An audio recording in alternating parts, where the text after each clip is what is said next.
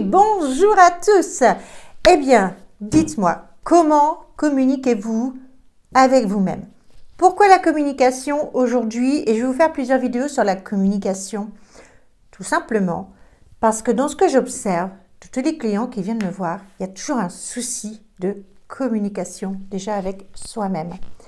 J'ai 3/4 de ma clientèle sont des femmes entre 21 ans et 40-45 ans, on va dire, grosso modo.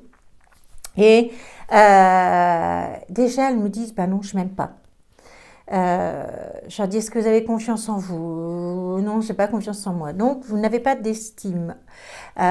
L'estime, c'est la confiance en soi, l'amour pour soi, les valeurs qui vont faire qu'on va se respecter, les qualités sur lesquelles on va venir s'appuyer. Et tout ça, ça va faire l'estime de soi. Le fait d'être OK et aligné avec ce que je pense, ce que je dis et ce que je fais.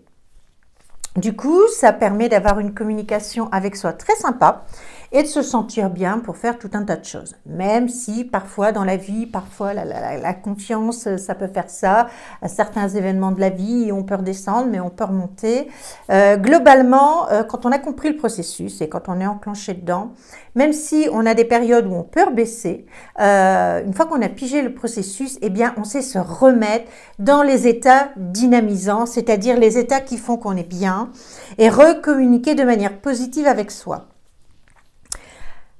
Donc, souvent à ces personnes, je leur demande mais est-ce que tu t'aimes? Est-ce que vous vous aimez? Est-ce que tu es capable aujourd'hui de te mettre devant une glace, habillée et de te dire je t'aime? Et des fois là, ça bloque déjà. Est-ce que tu es capable de le faire nu, avec éventuellement un corps qui a bougé, avec des grossesses ou peut-être que tu te trouves trop mince, etc. Est-ce que tu es capable de te regarder dans la glace et de dire « je t'aime » ? Ou est-ce que tu es comme certaines de mes clientes qui me disent « eh bien moi je m'aimerais quand je ferai 5 kilos de moins ».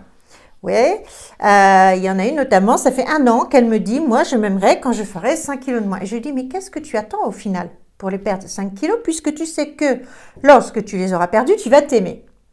Alors là, du coup, ça l'a fait cogiter. Et là, je lui dis, mais c'est maintenant que tu dois t'aimer avec ces 5 kilos.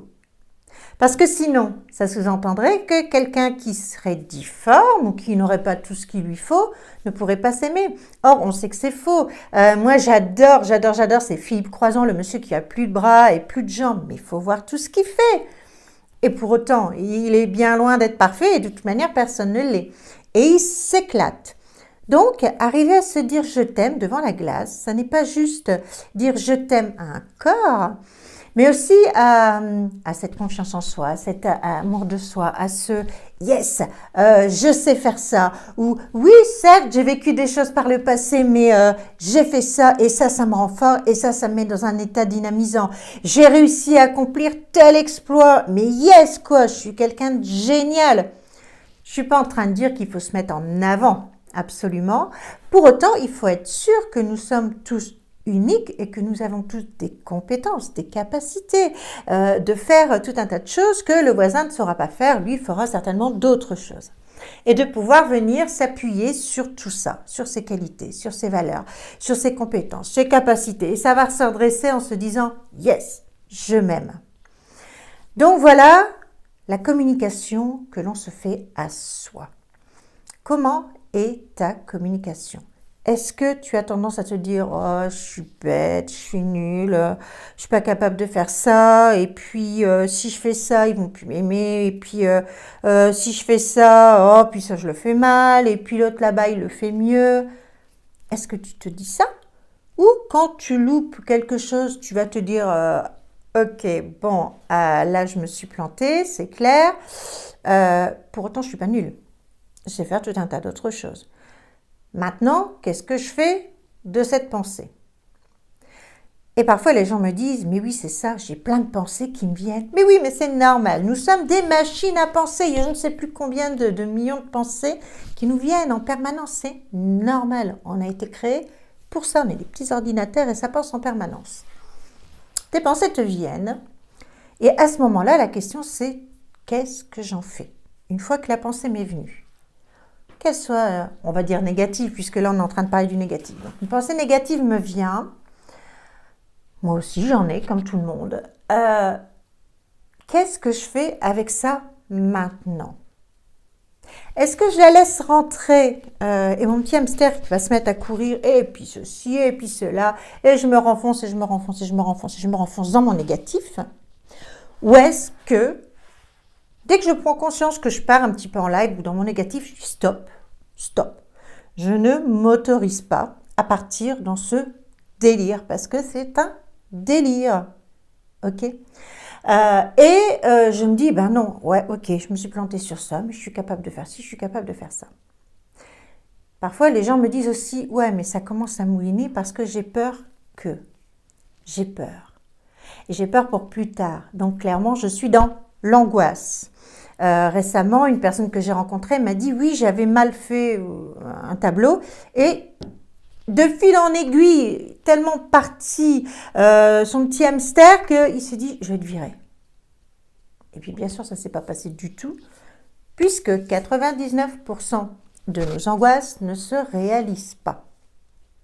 Donc, je vais prendre ce temps de communiquer sainement avec moi. Et quand je sens que je pars en vrille, tout de suite arrêter le processus et se remettre dans ce qu'on appelle en PNL, en programmation neurolinguistique, dans un état dynamisant. Donc, ce que je vais vous demander de faire maintenant, là, tout de suite, c'est de réfléchir à un moment où vous vous êtes senti fort, vous avez ressenti de la fierté, où vous avez été heureux d'accomplir ou heureux d'être, ou peut-être parce que vous avez apporté à quelqu'un, je ne sais pas. Et venez, en fermant vos yeux, chercher un moment. Ça peut être un moment comme un accouchement, même si c'est parfois dur. Une fois qu'on a le bébé dans ses bras, c'est tellement merveilleux. Et parfois, c'est le seul moment que j'arrive à trouver chez certaines femmes. Et de leur dire, souvenez-vous dans votre chair et dans votre esprit, comment et à quel point vous vous sentiez bien d'avoir ce petit être dans vos bras.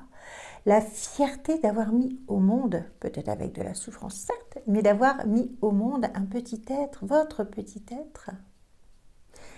Puisque votre cerveau a déjà fait les connexions neuronales, il sait comment refaire ces connexions et revenir à cet état de bien-être, à cet état dynamisant dans lequel vous allez venir chercher la force et la pulsion pour repartir dans une bonne communication avec vous. Faites cet exercice, prenez le temps dans les jours qui viennent, quand quelque chose ne va pas, de vous dire « Ok, je me pose, je tourne 7 fois la langue dans ma bouche avant de parler et avant de me parler mal. Et je me dis « Ok, souviens-toi, on respire et on se remet dans cet état de bien-être. » Et ça, c'est carrément magique. Et au plus vous allez le faire, au plus vite vous allez y arriver. Et un jour, ça va devenir systématique. Vous allez tout de suite vous rendre compte, waouh, je pars en vrille et hop, je me rattrape à cet état dynamisant, puisqu'on n'est après tout que des êtres humains. Donc, pas de culpabilité pour le fait de partir encore des fois dans du négatif. Ça arrive à tout le monde. On n'est pas toujours en super forme. En plus, nous les femmes, il y a les hormones, il y a tout un tas de choses. Donc, dans ces moments-là, on peut effectivement avoir des pensées qui nous échappent. Voilà un petit peu ce que je voulais vous dire aujourd'hui sur la communication à soi. Ce sont des choses que je dis, que je redis à mes clientes qui viennent me voir, quel que soit le problème, puisqu'on en revient toujours à ça. Soyez bienveillants avec vous. Soyez doux, soyez gentils avec vous comme vous le seriez avec votre meilleur ami, avec votre enfant. On reviendra sur l'enfant intérieur une autre fois. Prenez le temps de faire cet exercice, réfléchissez-y, ça n'est pas facile à dire. Et puis je vous retrouve bientôt pour une nouvelle vidéo sur la communication, mais tournée différemment. En attendant, je vous souhaite une excellente soirée et je vous fais des millions de bisous positifs. À ciao!